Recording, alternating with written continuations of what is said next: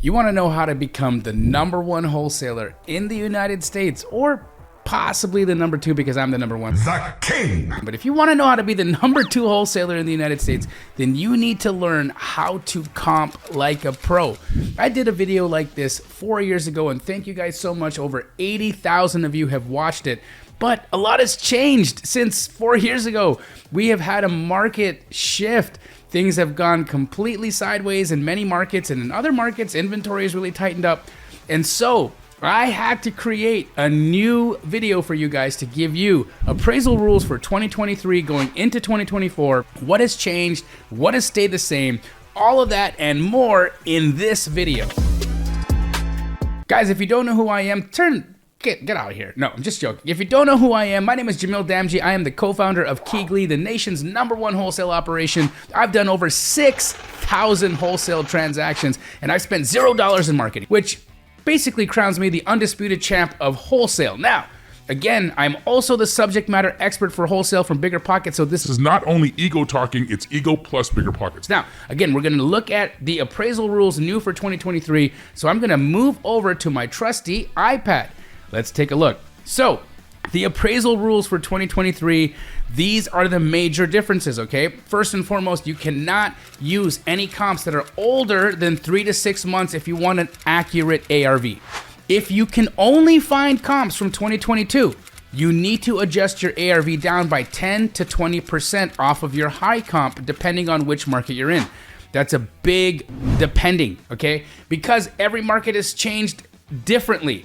For instance, in Phoenix, we're still roughly 9% down since our height of March of 2022. However, if you're in Tampa, Florida has gone up 10% since March of 2022. So we don't have a national housing market anymore. We now have a regional housing market. So you need to be really mindful about where you're looking for potential deals. Now, appraisal rule number 3 is, again, just like we had in our first appraisal rules, you cannot leave a subdivision if you want to be very accurate on your comps. That means that you want to try to stay within half a mile of where your subject house is. Now, again, if you can't find a comp within a half a mile, because the market has changed, appraisers will now allow you to go up to a mile out, okay? So you can go up to a mile out, but try not to leave your subdivision. If you do, and if you end up in another subdivision, make sure it's similar, okay? So if they sell crack in this one subdivision, you want to make sure they're selling crack in that subdivision as well.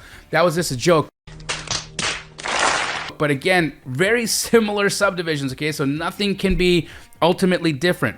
I've seen people make tons of mistakes where they go from one neighborhood to another neighborhood, and they're very close to each other, yet the types of houses and the values of the houses are completely different. So pay attention to that. You don't want to weave a story based on lies. Okay, you want to weave a story based on evidence.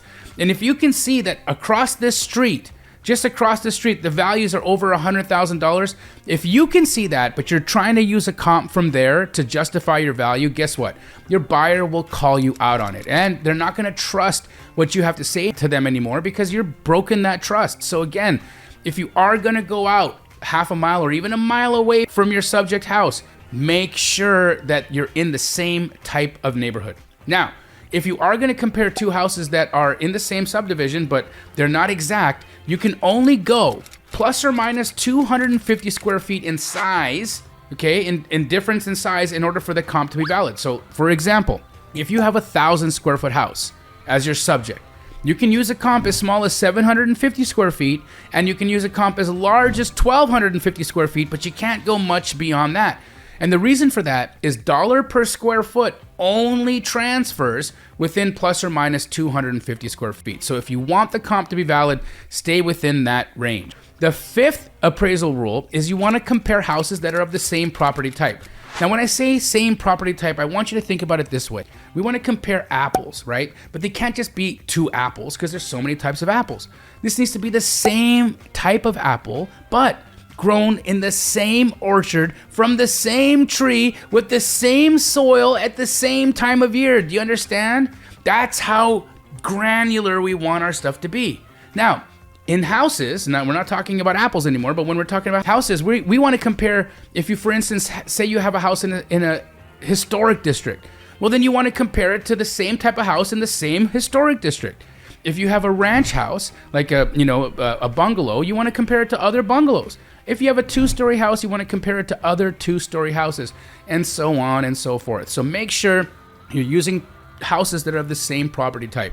I can't tell you how many times somebody has sent me a subject house, and the comp they're using is like something brand new, like a brand new build that was just completed, and the house that they're looking at is a 1950 build. Like, dude, that's not going to ever fly, right? So same property type, same years of construction within, plus or minus 10 years, but we'll get into that later. If you have left a subdivision, you can easily find out by not crossing any major roads.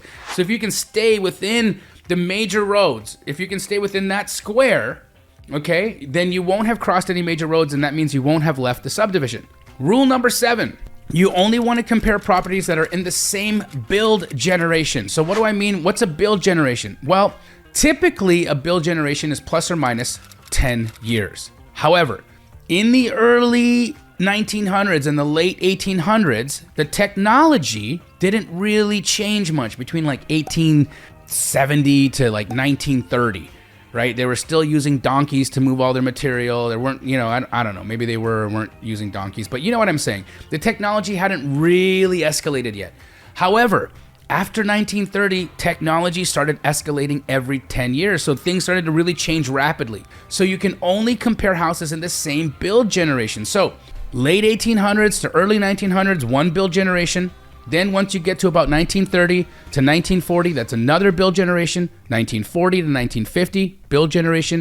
1950 to 1960, a build generation. Pay special attention to 1950 to 1960, because if you get what's determined to be a mid-century house that has modern characteristics, those houses could be worth even more than other properties built in 1950. So pay attention to the type of structure, the type of elevation that you have. Those mid-century modern houses are incredibly rare and people love them.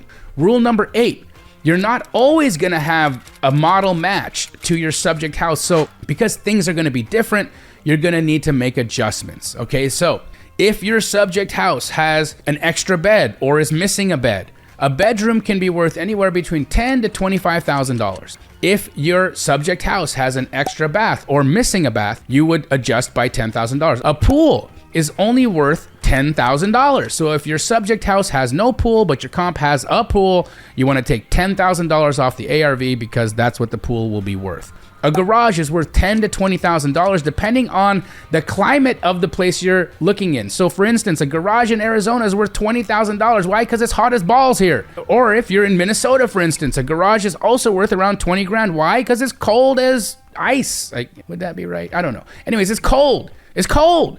Right? So in extreme climates, extremely hot, extremely cold, garages worth more money. In areas or in parts of the country where you don't have extreme weather like California, a garage could be worth around $10,000. A carport is worth $5,000 to $10,000, again, depending on the climate. So if you're in a hotter climate or a colder climate, then your carport will be worth around $10K. And if you're in a moderate climate, your carport's worth around $5,000. Again, guys, if you have traffic, multifamily, or commercial near your property, you're going to need to make some adjustments. Now, these adjustments depend on the dollar value of your subject house, okay? Now, if your ARV is under 500K, it's different than if your ARV is over 500K. That's why we've got these two distinctions. If you are siding or backing traffic, multifamily, or commercial, you're going to take $10,000 off. If you are fronting traffic, multifamily, or commercial, you're going to take $20,000 off. Now, if you're over $500,000, which is considered luxury, I don't know if that's really luxury anymore, but if still, according to appraisers, it's still considered luxury. So if you're over $500,000 and you're siding or backing traffic, multifamily, or commercial, you're going to take 10% off, not 10,000, but 10% off. So if you think about a $500,000 house, that could be 50 grand. But if you're fronting traffic, multifamily, or commercial, you're going to take 20% off. So that's where people really get stuck, because you'll get this house that's on a major road in a really beautiful neighborhood, right? Where they're like houses are worth, over $1 million, and you're going to use a comp that's like on an interior road, same subdivision, everything else matches. It could even be a model match. But where people get it wrong is they don't make adjustments for the traffic. So again, when you're fronting traffic over 500K, you're gonna take 20% off. Now, all these rules are awesome, but you wanna see this in application. So in the next video, you can see it right here. In the next video, I'm gonna give you some examples of how I comped. Okay, you're gonna see me comp these specific houses live, and I'm gonna be using these rules while I do it. Now again, I'm using a really incredible software right now called Privy to help me comp, and that's the software that I'm using in the next video. So if you don't have it yet, go to www.runprivy.com and use code DAMJI5, okay, DAMJI5, to get 20% off.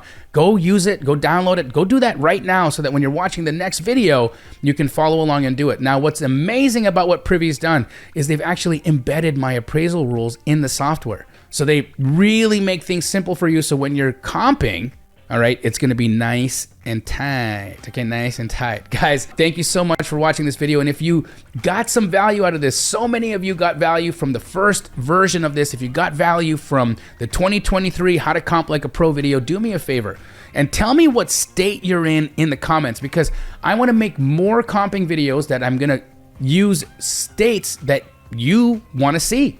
So it could be Texas, it could be New Mexico, it could be California, it could be wherever you want it to be. So tell me where you're from, and I'm gonna make some how to comp videos in your neck of the woods. Do me a favor and like this video and subscribe to my channel, because my kids judge me when you don't, okay? Every day I come home and I'm like, hi honey, and all my daughter says is, you're not Mr. Beast. I mean, dude, what the heck, right? So help me get there. Now, I want you guys to watch this next video, because in this next one, I'm actually gonna show you how I'm comping. So click it. Oh, do it now. No, I'm watching you.